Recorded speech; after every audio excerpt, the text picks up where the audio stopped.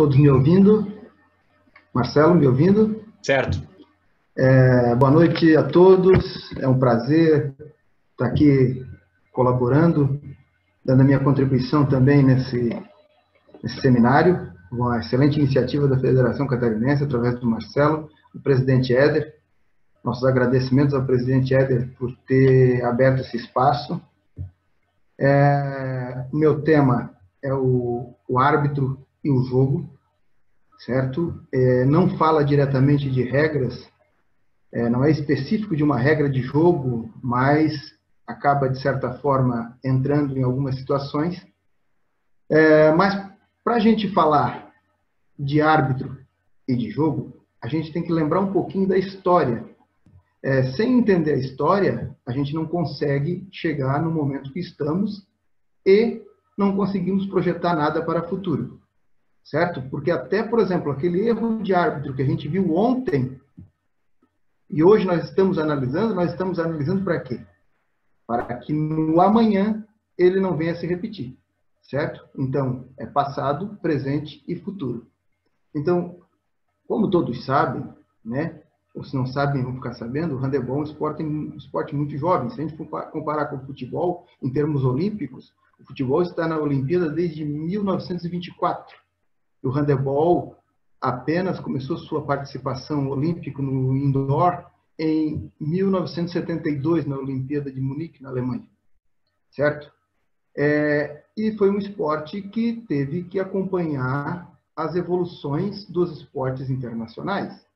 Por quê? Porque o Comitê Olímpico Internacional ele tem uma série de exigências para que um esporte ele continue no quadro das Olimpíadas. E o handebol foi obrigado a se adaptar. Por quê? Porque durante muito tempo, o que é que se via no handebol? O handebol e Europa era praticamente a mesma palavra. Só existia handebol na Europa e mais ou nenhum outro lugar do mundo, praticamente. Então, como uma exigência do Comitê Olímpico é que o esporte, para permanecer no quadro das Olimpíadas, ele tem que estar presente, sendo praticado em 4 continentes, pelo menos, com federações organizadas nesses 4 continentes. E o handebol, atendendo a esse pedido do COI, Comitê Olímpico Internacional, ele teve que se adequar a isso. Então, ele resolveu expandir as suas fronteiras e foi levado o handebol para a Ásia, foi levado para as Américas, para a África, e hoje já chegou na Oceania e já está em todo o mundo. Certo? Mas como o esporte está indo, nós também temos que aprimorar algo que é essencial a qualquer esporte de rendimento, que é ter árbitros. Então, a participação do handebol na Olimpíada não ficou presa somente a ter países de outros continentes participando, e sim também ter árbitros de outros continentes. O handebol, se eu não me engano, na década de 90, foi na Olimpíada de Atlanta, ele esteve ameaçado de ser retirado do quadro de eventos esportivos da Olimpíada. O que aconteceu? A Federação Internacional não aceitou de forma nenhuma e, por isso, ela fez toda essa expansão. E essa expansão hoje do handebol, ela é vista, essa divulgação tão grande, com os eventos Trophy, que é o evento que é levado a países onde o handebol está iniciando, e assim o handebol acabou estendendo para todo o mundo essa modalidade que para nós é apaixonante. Certo? Então, dentro dessa evolução de jogo e de arbitragem, aconteceram algumas coisas. A evolução do jogo, o que é que ocasionou com alterações de regras? Por exemplo, alterações de jogos marcantes para mim, né? De regras que foram marcantes, que hoje modificaram muito a modalidade. A invasão de área do atacante deixa de ser um tiro livre e passa a ser tiro de meta. Certo? Tiro de saída sem obrigatoriedade de jogadores defensores na sua meia quadra. Goleiro linha. Atendimento em quadra. Sinal de pré-passivo. Área de restrição para técnicos. Qual a motivação? O que levou há essas mudanças de regra? Por que tiveram essas mudanças de regras? Qual o intuito dessas mudanças de regras? Né? Claro, a regra 8, não posso esquecer, a regra 8 também com as suas novas definições claras sobre punições. Antigamente, só dizia que era empurrar, puxar e tal. Agora não, agora diz, se empurrar vai ser isso, qual parte do corpo, e tudo aquilo que vocês já leram na regra 8, certo? Para saber qual a punição a ser aplicada. Qual foram os objetivos dessas alterações de regras? Vamos lá. Fazer o jogo ficar mais dinâmico, certo? Evitar paradas excessivas do jogo. Aumentar o número de gols nos jogos. Tornar o esporte mais atrativo ao público. Mudar a imagem de esporte violento, principalmente. Mudar a imagem de esporte violento. Reflexos diretamente sobre a arbitragem. Como teve alterações de regras, o que é que aconteceu? A IHF também teve que mudar a forma como o jogo era apitado. E a condição que o árbitro tinha para apitar. E passou a ter novas exigências e dar novas orientações para os árbitros. Os árbitros mais antigos vão lembrar de algumas coisas dessa. O árbitro deixa de controlar o tempo de jogo. Quem lembra, antigamente o árbitro usava até o relógio e controlava o tempo de jogo no relógio. Hoje em dia, não precisa mais nem entrar com o relógio em quadra. O árbitro não necessita mais anotar punições e gols. Quem lembra do cartãozinho aquele, onde o árbitro anotava os gols e as punições? Muitos árbitros vão lembrar. Trocas de diagonais somente quando for possível. Porque o jogo está muito rápido, o jogo está muito dinâmico. Se acrescentou mais ainda essa questão do sétimo jogador, do goleiro linha, o que está dificultando cada vez mais trocas e posicionamentos em quadra. Certo? Divisão de tarefas. Outra coisa também extremamente importante, que foi uma orientação também da IHF, que hoje já vem lá nos comentários e tal. Hoje os delegados têm que ser mais atuantes e os oficiais de mesas mais colaborativos. Ou seja, tem que ter mais interação entre arbitragem e controle de mesa. Certo? E qual é o meio que chegou para que se tenha maior ainda essa interação entre delegado e árbitros? O uso do rádio. O uso do rádio ele veio também para auxiliar em muito. Principalmente, uma das formas que usa muito o rádio entre delegado e árbitros é a questão do goleiro linha, que o árbitro vai avisar se a equipe está defendendo com o goleiro ou não está, aliás, está atacando com o goleiro ou não, né? Goleiro out, goleiro in, certo? Vamos lá, tocamos para frente. Acho que aqui tem um vídeo, tomara que rode o vídeo. Marcelo, qualquer coisa, interfere.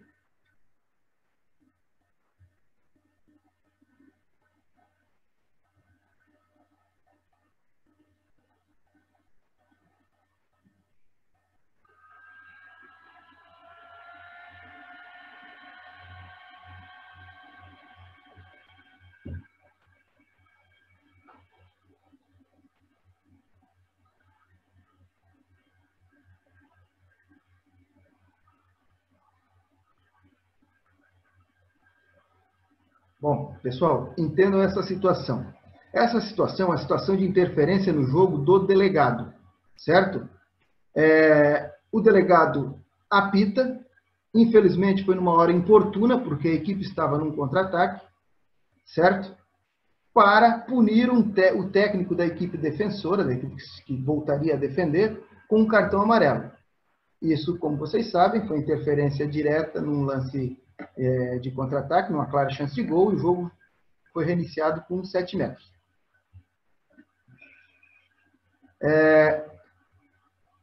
O delegado interferir no jogo, ele deve interferir, ele deve fazer o controle fora de quadra, como já foi falado pelo Salvo na sua palestra. Mas, na hora oportuna. Nesse momento, não era de interferir no jogo em um momento de contra-ataque, para punir um árbitro com um cartão amarelo, certo? Ou punir o técnico com cartão amarelo. Então, o delegado interferir no jogo sempre deve ter esse controle lá fora. Mas, por favor, com cautela, com cuidado.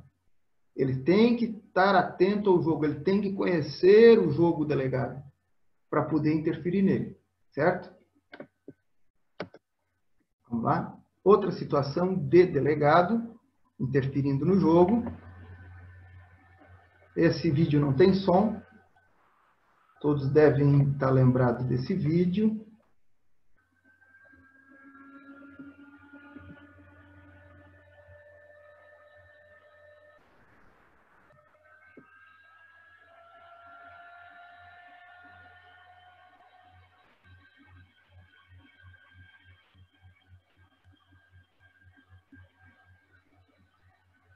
Final de jogo.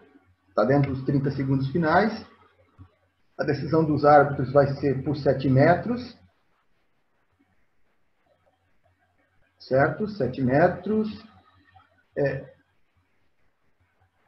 Era só exclusão, né? Isso foi na Olimpíada, já foi alterado, né? Aí o jogador sai lá para fora da quadra, tal, chuta uma garrafa e quem vem interferir no jogo? O delegado. O delegado desce lá da sua tribuna, no caso era o oficial, o Ramon, e já faz a transmissão ao árbitro.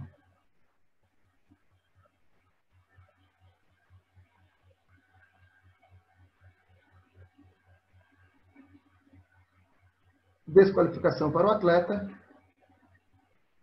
certo? E o jogo prossegue. Mais uma vez, o delegado estava presente no jogo. Essa é a mensagem que a gente quer deixar sobre a participação do delegado. Estar presente. O delegado passa a ser, de certa forma, um novo árbitro em quadra. O árbitro do lado de fora da quadra. Então, a função do delegado hoje é colaborativa, extremamente colaborativa. Delegado que vai lá, senta na cadeira e fica prestando atenção em qualquer outra coisa, menos no jogo, ele não pode participar da nossa modalidade mais. Objetivo das novas orientações para a arbitragem. Quais foram os objetivos? O objetivo, dividir responsabilidade para toda a equipe de arbitragem, porque hoje não somos mais só os árbitros, somos uma equipe de arbitragem. Tá? Em jogos da IHF nós temos os árbitros, o secretário cronometrista, 2 delegados e mais um oficial. Então, uma equipe toda. Para a nossa realidade, não. Nós somos só em 2 árbitros, um delegado e os 2 secretários. Mas não deixamos de ser uma equipe de arbitragem. O trabalho de um interfere completamente no trabalho de outro. Como os árbitros hoje não têm uma necessidade de ficar anotando gols e controlando o tempo de jogo, a função do secretário cronometrista ela passou a ser primordial no jogo. Esses são problemas que não podem atingir o árbitro dentro de quadra. O controle dos gols e o controle do tempo de jogo tem que ser muito, muito bem feito pelo secretário cronometrista. Por quê? Porque hoje não há mais essa interferência do árbitro. A regra até diz que sim, mas quanto menos se acontecer isso, melhor. Por que tudo isso mudou? Por que tanta informação? Por que tanta mudança? Por quê? Para possibilitar ao árbitro foco total no jogo. O jogo está muito rápido, o jogo está muito dinâmico. Acontecem muitas coisas no jogo ao mesmo tempo, muitas trocas, o jogo ficou veloz, mais contra-ataques. Então, o único foco do árbitro tem que ser no jogo. E digo jogo, o que acontece único e exclusivamente dentro da quadra. Ele não pode estar se preocupando com o que acontece nos bancos de reservas ou com o que acontece na mesa de controle. A equipe dele de apoio, que são o secretário, o cronometrista e o delegado, tem que passar para ele essa segurança dentro de quadra, para ele ter foco total no jogo. O que é fundamental para ser um bom árbitro? Certo? Todo mundo fica se perguntando, todo mundo quer saber. É uma pergunta que geralmente chega para todos nós. De forma resumida, algumas coisas são extremamente importantes para se ser um bom árbitro. Uma delas é ter um bom conhecimento teórico e capacidade de interpretação das regras. Só teoria não adianta. Tem que ter capacidade de interpretação. Conheci muitos árbitros que, na teoria, eram sempre nota 10. Mas, quando entravam em quadra, eles não sabiam interpretar aquilo que eles conheciam na teoria. Certo? Boa preparação física. A Silvia acabou de falar. Então, não preciso me alongar muito nisso, né? Boa preparação física é fundamental. Personalidade. Personalidade não se compra na esquina. Personalidade é algo que a gente tem. Ou a gente tem, ou a gente não tem. Se formar uma personalidade é possível? É. Mas tem que se trabalhar muito, tem que ter muito focado nisso. Linguagem corporal, que é a nova tendência na arbitragem. Fazer o corpo falar. Certo? Então, também já foi bem abordado para todos vocês. Capacidade de concentração por longos períodos. Esse é um problema muitas vezes encontrado na arbitragem brasileira. A gente consegue ficar concentrado até por algum tempo, mas por um longo período é complicado. As nossas arbitragens elas costumam oscilar. Começam bem, vão, de repente cai e retoma. Por quê? Porque nós não temos essa capacidade de concentração por longos períodos. Isso tem que ser trabalhado. Isso tem que ser trabalhado por nós mesmos. Nós mesmos temos que ter essa capacidade de concentrar, de parar, de pensar. Vamos lá. Coragem de tomar decisões. Só coragem nós já temos, porque nós entramos em quadra. Isso já é extremamente corajoso, entrar em quadra. Mas existe algo mais na coragem, que é tomar decisões. E muitas vezes as decisões que nós tomamos são decisões antipáticas, mas têm que ser tomadas. E têm que ser decisões corajosas, principalmente em situações de grande pressão, como é comum para nós árbitros estarmos sob esse tipo de pressão. Boa apresentação visual, isso todo mundo sabe, né? Não preciso ir lá na quadra estar vestindo o melhor uniforme da Adidas, o melhor tênis, mas eu tenho que estar numa condição apresentável. Eu não posso chegar todo desleixado no ginásio para apitar um jogo. O que é que as pessoas vão olhar para mim? Esse aí que vem apitar o meu jogo? Não, tem que chegar numa condição boa. Boa apresentação. Nem todos têm um porte atlético, nem todos são pessoas assim com um visual bonito, de rosto. Eu não estou pedindo isso. Estou pedindo para se apresentarem bem. Não só eu, como a IHF pede, para que todos se apresentem bem nos locais. E boa apresentação é em tudo, principalmente na forma educada de se falar, na forma educada de se comportar nos locais. Tranquilidade. Tranquilidade, não em excesso, e também não exagerar nas horas que você tem que ser um pouco mais enérgico, certo? Mas tem que estar tranquilo nas tomadas de decisões, certo? Sempre tranquilo nas tomadas de decisões. Eu tenho uns vídeos agora para ilustrar o que eu estou falando, certo? O primeiro vídeo, aqui, eles vão ser erros, certo? 2 erros de falta de ataque.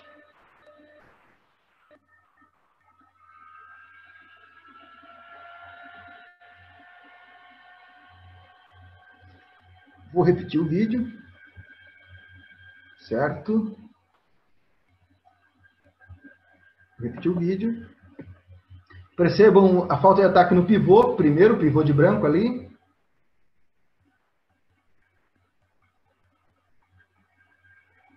Depois, falta de ataque no pivô também, na minha opinião e na opinião de quem analisou esse vídeo, né, esse vídeo da EHF, também nenhuma dessas duas situações são falta de ataque. Aí eu faço uma pergunta para vocês.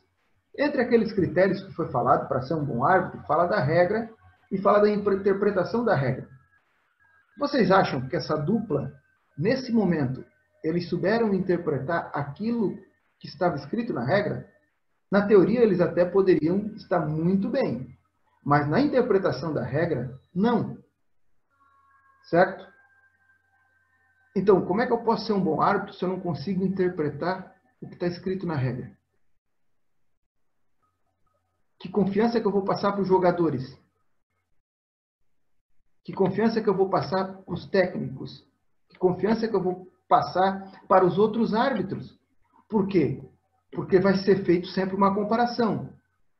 O João e o Pedro, nessa situação, apitam fora de ataque, apesar de todos os outros não apitarem. Então, sempre vai haver essa comparação, essa forma de observar o que está sendo apitado. Ou é apitado de uma forma uniforme, ou nunca vão conseguir chegar a um lugar comum na arbitragem. Vamos lá. Esse vídeo aqui, todo mundo já viu milhões de vezes, certo?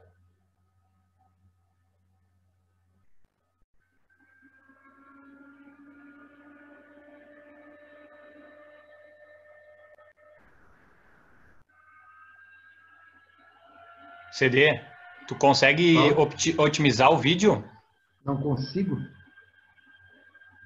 Lá na parte que tu faz o share da tua apresentação, tem aqueles dois quadradinhos embaixo. Pois é, mas só que para mim não abre, Marcelo. Ele está desativado? Está desativado. É porque começou com uma apresentação. Tá. Mas esse vídeo que eu passei é aquela situação onde os espanhóis, eles, a 40 segundos de jogo, eles desqualificam o jogador da Croácia. O jogo Croácia e França, eles desqualificam o jogador da Croácia. O que é que torna-se muito interessante nesse lance? Primeira situação, a 40 segundos de jogo. Então, o que é que fica de lição para nós? Estarmos preparados a qualquer momento do jogo para tomarmos decisões. E as decisões podem ser desde decisões simples, como não apitar, ou apitar simplesmente um tiro livre, como chegar a uma desqualificação. Desqualificação, a 40 segundos de jogo. Certo? Outra situação deles, atitude. Tiveram muita atitude nesse momento. Um jogador da Croácia tenta chegar próximo ao árbitro para tentar, de certa forma, mudar a decisão dele. Mas ele automaticamente ele já usa a mão e como se assim, ó, não adianta tu falar, a minha decisão já está tomada. Faz o protocolo junto ao seu companheiro. E nesse protocolo, é um protocolo rápido, onde a decisão já está tomada por ambos. Cartão vermelho. Falando num português bem claro, o peixe foi tão bem vendido, que o técnico da Croácia, que teve jogador desqualificado, chegou a mandar os jogadores,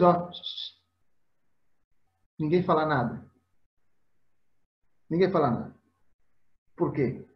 Porque foi claro, foi muito bem mostrado. Aí entra naquelas características do bom árbitro. Preparação física. Sim. Boa apresentação. Sim. Personalidade. Sobrou personalidade. Conhecimento de regra. Total. Total conhecimento de regra. Uma ação direta contra o pescoço. Então, É nesses momentos que a gente consegue ver bons árbitros. E, principalmente, 47 segundos de jogo. Eles já estão com o jogo na cabeça desde o momento que eles receberam a escala. Eles já estão trabalhando esse jogo. A concentração deles antes de iniciar o jogo, lá na uma hora antes, quando estavam no vestiário, se trocando e tal, eles já viviam o jogo. Por isso que entraram tão concentrados, por isso que foram capazes de tomar essa decisão tão dura, né, que é uma desqualificação. E num jogo, se eu não me engano, esse é um jogo de semifinal de campeonato mundial. Então, olhem a importância do jogo e olhem a importância da atitude que eles tiveram, certo? Vamos lá, mais um vídeo. Esse vídeo também provavelmente todos já viram. E ela estava completamente lúcida para tomar a decisão. Por quê? Porque estava com uma boa preparação física. O cérebro dela nunca deixou de estar oxigenado. Outra característica que eu apontei ali, tranquilidade. Parecia que o jogo nem tinha começado, tão tranquila que ela estava para tomar uma decisão nos últimos 5 segundos de um campeonato mundial, na final. Personalidade total.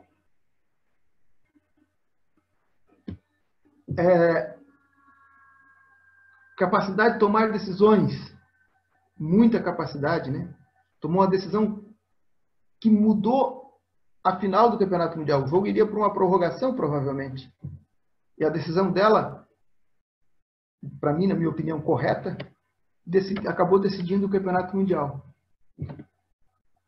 A tranquilidade delas em ir lá, como foi uma decisão muito diferente de tudo que já se viu, né? É uma novidade na regra. Ela foi lá com paciência, explicou para o técnico o que tinha acontecido, explicou para o outro técnico e, naquele momento, não se deveria estar explicando, conversando com o técnico. Não.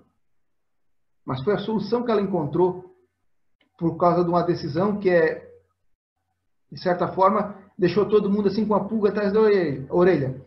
Inclusive, nesse mesmo dia, o WhatsApp de todo mundo aí bombou com o vídeo, porque todo mundo imaginou que as francesas eram loucas de ter feito aquilo que fizeram, até que veio a explicação da IHF e calou a boca de todo mundo.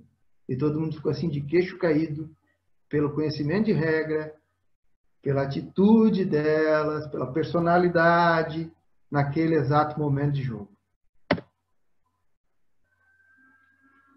Bom, então, já está visto como é que se identifica um bom árbitro, certo? Isso pode ser, eu estou falando em altíssimo nível, mas isso também pode ser visto em jogos nossos, certo? A gente procura pessoas que tenham essas capacidades para serem bons árbitros aqui no Brasil, no seu estado, e quem sabe um ou outro, quem sabe, que consiga completar essa lista com 100%, quem sabe sonhar em ser um árbitro internacional. Agora eu vou falar de uma outra coisa assim, muito interessante, que pouca gente para pensar. Sobre pontos de vista. Qual o seu ponto de vista ou interesse no jogo e na arbitragem? Eu vou fazer agora um paralelo aqui, uma analogia, de certa forma, com uma árvore, certo? Como diz o Salve, eu tenho que dar créditos a quem já fez isso, né?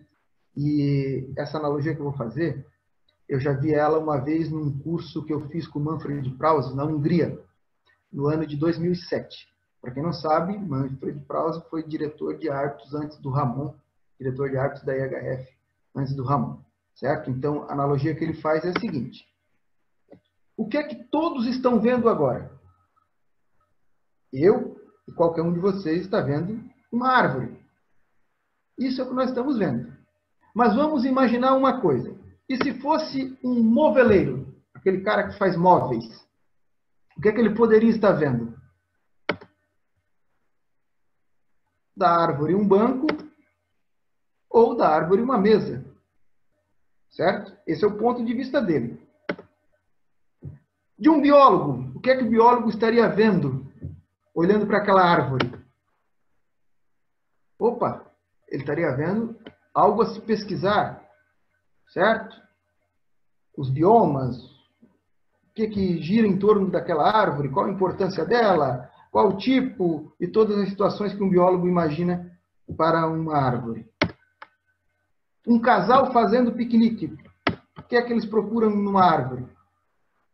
A tranquilidade, observar pássaros, ficar à sombra de uma árvore. Esse é o ponto de vista daquele casal que está fazendo piquenique. Ou até mesmo para alguém que quer descansar.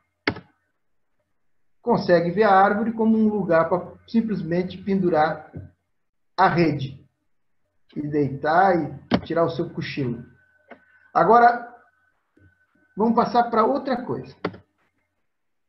Como os árbitros são vistos? Agora, quantos olhos estão observando os árbitros na quadra? Vamos ver a visão dos atletas. Será que esse atleta falava isso aqui, ó? Você está errado. Eu não fiz nada. E a visão dos técnicos? Na grande maioria das vezes, certo? Na grande maioria das vezes. Não é uma regra. Pode haver exceções. Mas, geralmente,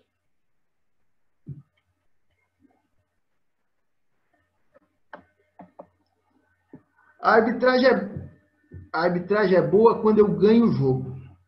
O pensamento deles muitas vezes é assim. Ou, vocês conseguiram acabar com o trabalho de um ano. Quantos já escutaram isso alguma vez? Quantos árbitros? A visão dos dirigentes esportivos. Mais uma vez, mandar esses caras para prejudicar a gente. A visão dos torcedores. Mas é uma cambada de ladrão, vocês não sabem nada. São um bando de pip. Ou, quem nunca escutou essa musiquinha? Juiz, ladrão, porrada é solução. E ainda tem a visão dos jornalistas e comentaristas esportivos, que geralmente falam isso. O jogo foi sensacional, mas a arbitragem deixou muito a desejar. Ou a dupla de arbitragem muito fraca tecnicamente.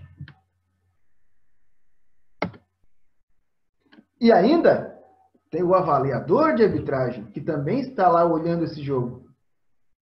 E geralmente, tem suas exceções, é claro, acaba falando isso. Em linhas gerais, foi um bom jogo, mas tem que melhorar. As seguintes situações. Olhem aqui esses vídeos. E ainda, para completar, observação, e tem mais 3 páginas de anotações.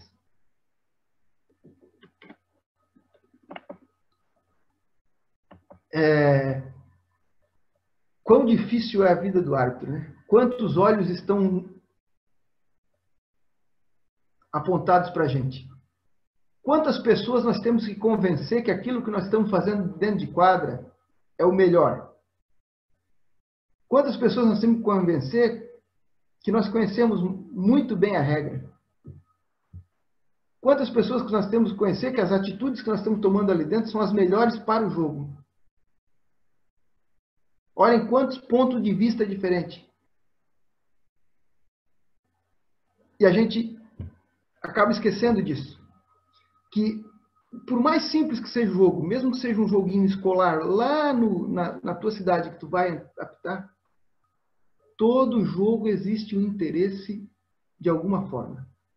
Existe alguém observando esse jogo de um jeito especial. Ou é a escola A, ou a escola B, a diretora da escola, o professor, são os pais, a pessoa que está promovendo o evento. Todos eles têm a sua forma de ver o jogo. E tudo isso atinge diretamente o árbitro e as suas arbitragens. Por isso que a nossa essência ela tem que ser uma essência muito profissional. A nossa dedicação, enquanto árbitros, não é simplesmente amar a modalidade. É ser capaz de dar o nosso melhor. Por quê? Porque nós envolvemos muitas e muitas pessoas quando entramos em quadra. Para finalizar a minha fala, tá? Eu prometi que eu não iria me estender muito para o Marcelo, e resumir um pouco o que eu teria para apresentar.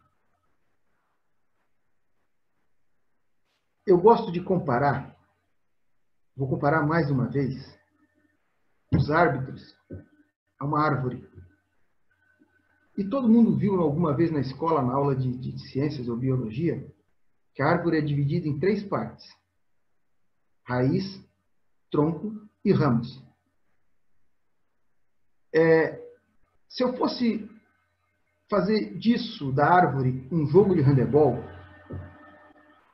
seria o seguinte: o tronco, as folhas, né, os ramos, os frutos, as flores, na minha opinião, seriam os técnicos, os jogadores, os atletas, os torcedores, os comentaristas. Tá? Por quê?